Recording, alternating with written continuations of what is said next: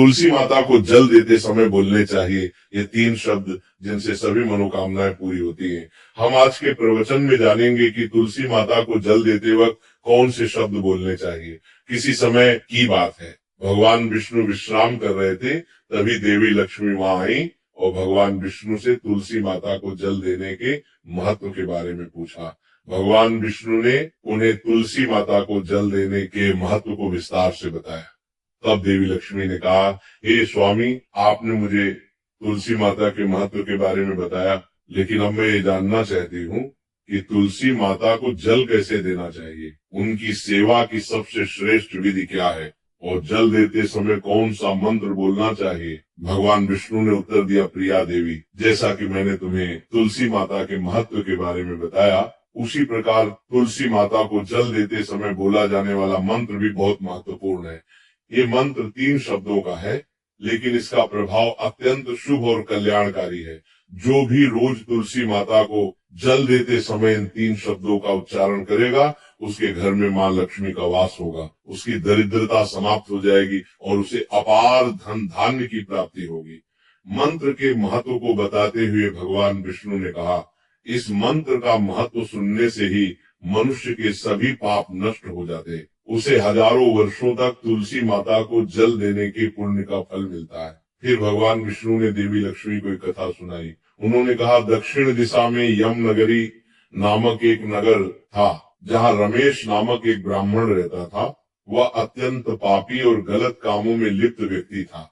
जन्म से ब्राह्मण होते हुए भी वह धार्मिक कार्यों से दूर रहता था। न वह पूजा करता, न ध्यान, न जप और न ही किसी का सत्कार करता। वह मदिरापान और मांसाहार भी करता था और हमेशा अनैतिक कार्यों में व्यस्त रहता था। और वह ब्राह्मण दिन में खेत में काम करके पत्ते बेचकर अपनी जीविका चलाता था और रात में वेश्याओं के पास जाता था। इस प्रकार उसने अनेक वर्षों तक अपना जीवन इसी पापपूर्ण तरीके से बिताया। फिर एक दिन वह दुर्बुद्धि ब्राह्मण पत्ते इकट्ठा करने के लिए एक शिष्य की वाटिका में पहुंचा और पत्ते तोड़ने लगा। तभी एक काले सर्प ने, जो काल के रूप में वहां उपस्थित था, उसे काट लिया। उसी समय उसकी मृत्यु हो गई। उसकी मृत्यु के तुरंत बाद यमराज के दूत वहां प्रकट हुए और उसकी आत्मा को लेने के लिए आए। वे उसे यमलोक ले जाने लगे।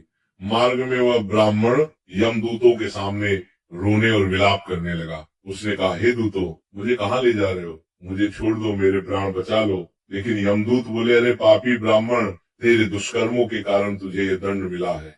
अब यमराज तुझे घोर नरक में डालेंगे।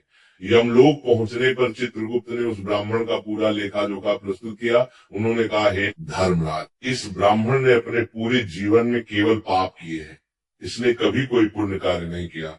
धर्मराज ने दूतों से कहा, हे दूतों, इस घोर पापी ब्राह्मण को नरक में डाल दो, इसे अपने कर्मों का फल भोगना होगा। यमदूत उसे ब्राह्मण को नरक में ले गए और उसे भयंकर अग्नि में धकेल दिया। वह कई वर्षों तक नरक की यातनाएं सहता रहा। इसके बाद उसे अगले जन्म में बैल के रूप में जन्म मिला। बैल का शरीर पाकर उसने भारी बोझ उठाने का कार्य किया। उसका मालिक उससे दिन रात काम करवाता था। जब उसकी शक्ति समाप्त होने लगी तो मालिक ने उसे एक लंगड़े आदमी को बेच दिया। वह लंगड़ा आदमी उस बैल का उपयोग अपने बोझ उठाने के लिए करता था। बैल ने 8 वर्षों तक उसकी सेवा की। फिर एक दिन वह बैल लंगड़े आदमी को लेकर एक ऊंचे पर्वत पर चढ़ा। अधिक परिश्रम और थकान के कारण वह बैल मूर्छित तो होकर गिर पड़ा और अंतिम सांसें लेने लगा। वहां खड़े लोगों को उस बैल पर दया आ गई। उन्होंने उसके मुख में पानी डालने का प्रयास किया। उसी वे में एक पुण्यात्मा व्यक्ति भी था। उसने अपने पुण्य का थोड़ा भाग उस बैल को दे दिया। इसे देखकर अन्य लोगों ने भी अपने अपने पुण्य उसे देना शुरू कर दिया। उसी में एक वेश्या भी खड़ी थी। सभी अपना पुण्य उस बैल को देकर उसका उद्धार करने का प्रयास कर रहे थे। ये देखकर उस वेश्या ने भी अपना पुण्य उस बैल को दे दिया। कुछ देर बाद उस बैल की मृत्यु हो गई। फिर उस स्थान पर यमदूत आए और उस बैल के शरीर से उस ब्राह्मण की आत्मा को निकालकर यमलोक ले गए। यमलोक पहुंचने पर उसे यमदेव के सामने प्रस्तुत किया गया। चित्रगुप्त ने जब उसका लेखा जोखा देखा तो वे चकित रह गए। वेश्या के द्वारा दिए गए पुण्य के कारण उसके सभी जन्मों के पाप नष्ट हो चुके थे। यमदेव ने कहा, हे ब्राह्मण, उस वेश्या ने तुझे अपना पुण्य देकर तुझ पर बड़ा उपकार किया है, उसी के पुण्य के प्रभाव से तुम्हारे सभी पाप नष्ट हो गए हैं, इसलिए अब तुम्हें फिर से मनुष्य जन्म प्राप्त होगा। इस प्रकार वह ब्राह्मण पृथ्वी पर एक उत्तम ब्राह्मण कुल में जन्म लेता है। उस महापुण्य के प्रभाव से उसे अपने पूर्व जन्म की सारी बातें याद आने लगती है। जब वह बड़ा होता है तो उसे ध्यान आता है कि पिछले जन्म में जब वह बैल था तब एक वेश्या ने उसे अपना पुण्य दिया था। उसके मन में उस वेश्या के बारे में जानने की उत्सुकता जागती है। वह वेश्या का पता लगाकर उसके नगर में पहुंचता है। वहां वह वेश्या जो अब बूढ़ी हो चुकी थी उसे मिल जाती है। वह ब्राह्मण उसके सामने जाकर बार बार प्रणाम करता है और धन्यवाद देने लगता है। वेश्या उससे पूछती है, हे ब्राह्मण श्रेष्ठ, आप कौन हैं और किस कारण मुझे धन्यवाद दे रहे हैं? मैंने आपका कौन सा कार्य किया है जिसके लिए आप मुझे नमस्कार कर रहे हैं? तब ब्राह्मण कहता है, हे माँ, मैं वही बैल हूँ जिसे तुमने अपना पुण्य देकर जीवन दान दिया था। अपने पाप कर्मों के कारण मुझे पिछले जन्म में बैल बनना पड़ा। उस पर्वत पर जब मैं अंतिम सांसें ले रहा था तब तुमने अपना पुण्य मुझे दे दिया था। उसी पुण्य के प्रभाव से ही आज मुझे फिर से मनुष्य जन्म मिला है और अपने पूर्व जन्म की सारी बातें याद है। किंतु हे माँ, मैं यहाँ ये जानने आया हूँ कि तुमने मुझे कौन सा पुण्य दिया था जिससे मेरे सभी पाप नष्ट हो गए। मैं उस पुण्य के बारे में जानना चाहता हूँ। तब वेश्या ने कहा, हे ब्राह्मण श्रेष्ठ, मैंने तो अपने जीवन में कोई पुण्य का कार्य नहीं किया है, पर मेरे घर में एक तोता है जो पिंजरे में रहकर हमेशा कुछ बोलता रहता है, जिसे सुनकर मेरा अंतःकरण पवित्र हो गया। वही मंत्र मैंने आपको पुण्य स्वरूप दान किया। फिर वह वैश्य और ब्राह्मण उस तोते के पास गए और उससे पूछने लगे, हे शुक, तुम कौन सा मंत्र बोलते हो जिससे हमारे जीवन का उद्धार हुआ? ये मंत्र तुम्हें किसने सिखाया और इसका क्या अर्थ है? तब उस तोते ने अपने पूर्व जन्म का वृतांत सुनाना शुरू किया। वह बोला, हे ब्राह्मण श्रेष्ठ, पिछले जन्म में मैं एक ब्राह्मण था। मुझे अपने ज्ञान का बहुत घमंड था। मैंने कभी गुरुजनों का सम्मान नहीं किया बल्कि उनका बार बार अपमान किया। अपने अहंकार के कारण मेरा स्वभाव क्रोधी और द्वेषपूर्ण हो गया। मैं सभी को तुच्छ समझने लगा और विद्वानों का भी अपमान करता था। कालांतर में मेरी मृत्यु हो गई और मुझे यमलोक ले जाया गया। पूज्य व्यक्तियों और गुरुजनों का अपमान करने के कारण मुझे तोते के कुल में जन्म लेना पड़ा। तोते के रूप में जन्म लेने के बाद छोटी अवस्था में ही मेरे माता पिता का साथ छूट गया। मैं अकेला पेड़ की डाल पर बैठकर रो रहा था। तभी कुछ मुनि उस मार्ग से जा रहे थे। उन्होंने मेरी दयनीय स्थिति देखी और मुझे अपने आश्रम ले आए। आश्रम में उन मुनियों ने मुझे एक सुंदर पिंजरे में रखा और मेरी देखभाल की। वे मुझे प्रतिदिन भोजन कराते और मुझसे स्नेह करते थे। उस आश्रम में वे, उनकी पत्नियां और बच्चे प्रतिदिन तुलसी के पौधे को जल अर्पित करते और एक मंत्र का जाप करते थे। उनके मुख से बार बार मंत्र सुनकर मैंने उसे याद कर लिया। तब से मैं उसी मंत्र का जप करता हूँ। इस मंत्र के प्रभाव से मेरे जीवन में सकारात्मक बदलाव आने लगे। मुझे अपने कर्मों का पश्चाताप हुआ और मेरी मृत्यु भी टल गई। मेरी आयु 100 वर्ष हो गई और इतने वर्षों तक मैं जीवित रहा। एक दिन रात के समय एक चोर उस आश्रम में आया और मुझे वहां से चुरा लिया। बाद में इस वेश्या ने उस चोर से मुझे खरीद लिया।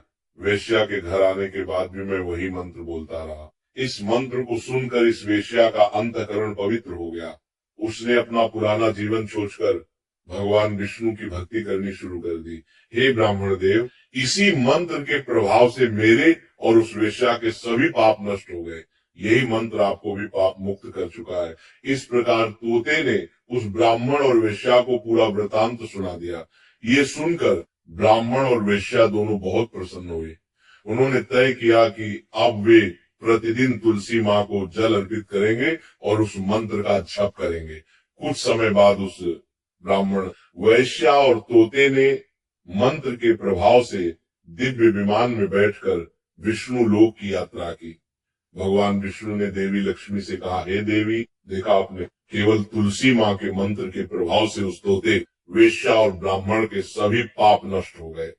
इसीलिए हर व्यक्ति को प्रतिदिन तुलसी माँ को जल अर्पित करते हुए इस मंत्र का जाप अवश्य करना चाहिए। वह मंत्र इस प्रकार है, ओम वृंदावनी स्वाहा, ओम वृंदावनी स्वाहा। जो स्त्री प्रतिदिन तुलसी माँ के साथ माने इस मंत्र का उच्चारण करेगी वह सौभाग्यशाली बनेगी। जो पुरुष इसका जप करेगा उसे अक्षय धन की प्राप्ति होगी। जिस घर में प्रतिदिन तुलसी माँ की पूजा होगी वहां लक्ष्मी जी का सदा वास रहेगा। तुलसी माँ का यह मंत्र फलदायी और सिद्धियों को प्रदान करने वाला है। स्त्रियों को स्नान के बाद बाल बांधकर मांग में सिंदूर लगाकर तुलसी माँ को जल चढ़ाना चाहिए। साथ ही तुलसी माँ की परिक्रमा करनी चाहिए। शाम के समय तुलसी माँ के पास दीपक जलाने से घर में सुख समृद्धि आती है। भगवान विष्णु की पूजा तुलसी माँ के बिना अधूरी है। तुलसी का एक पत्ता चढ़ाने से भगवान को उतनी प्रसन्नता मिलती है जितनी हजारों अमृत के घड़ों से नहलाने पर भी नहीं मिलती। जो भी व्यक्ति तुलसी माँ का सम्मान करेगा और उनके इस मंत्र का जप करेगा उसे न केवल इस लोक में बल्कि परलोक में भी शुभ फल प्राप्त होगा। ऐसा फल तुलसी माँ के पत्तों के दान से मिलता है। जो मृत्यु के समय अपने मुख में तुलसी के पत्तों का जल ग्रहण करता है ऐसा व्यक्ति अपने सभी पापों से मुक्त होकर भगवान विष्णु के धाम जाता है। भगवान विष्णु कहते हैं पूर्णिमा, अमावस्या, द्वादशी और सूर्य संक्रांति के दिन मध्याह्न काल रात्रि और अशौच के समय तेल लगाकर बिना स्नान किए अथवा बिना हाथ पैर धोए रात्रि के वस्त्र पहनकर तुलसी के पत्ते तोड़ना महापाप होता है। श्राद्ध, व्रत, दान, प्रतिष्ठा और देव पूजा के लिए तोड़े गए तुलसी के पत्ते 3 रात तक पवित्र रहते हैं। तुलसी के पत्तों को बिना नष्ट किए उसके अग्रभाग को तोड़ना चाहिए। तुलसी की मंजरी जो सभी फूलों से श्रेष्ठ मानी जाती है उसे तोड़ते समय पत्तियों का होना आवश्यक है। पौधे को बिना हिलाए केवल अग्रभाग को तोड़ना चाहिए ताकि पूजा का फल और बढ़। तुलसी के पत्तों को कभी नाखून से नहीं तोड़ना चाहिए क्योंकि इससे पाप लगता है। रात्रि के समय तुलसी के पौधे को छूना या उसके पत्ते तोड़ना अशुभ माना जाता है क्योंकि रात्रि में वह निद्रा अवस्था में होती है। गुरुवार को तुलसी के पौधे में थोड़ा कच्चा दूध अर्पित करें और इस दौरान ओम नमो भगवते वासुदेवाय नमः मंत्र का जप करें। तुलसी के पौधे के पास शालिग्राम रखें और तिल चढ़ाएं। शालिग्राम पर तुलसी के पत्ते रखकर चंदन का तिलक करें। अगर कोई महिला मासिक धर्म में है तो तुलसी की पूजा से बचें क्योंकि इस समय तुलसी को छूना पाप होता है जिससे महिला की दुर्गति हो सकती है। इस प्रकार भगवान विष्णु ने देवी लक्ष्मी को तुलसी के जल देने के मंत्र का महत्व बताया और आप भी हर रोज ऐसे ही हमारे प्रवचन सुनने के लिए चैनल को सब्सक्राइब करें। बोलो राधे राधे।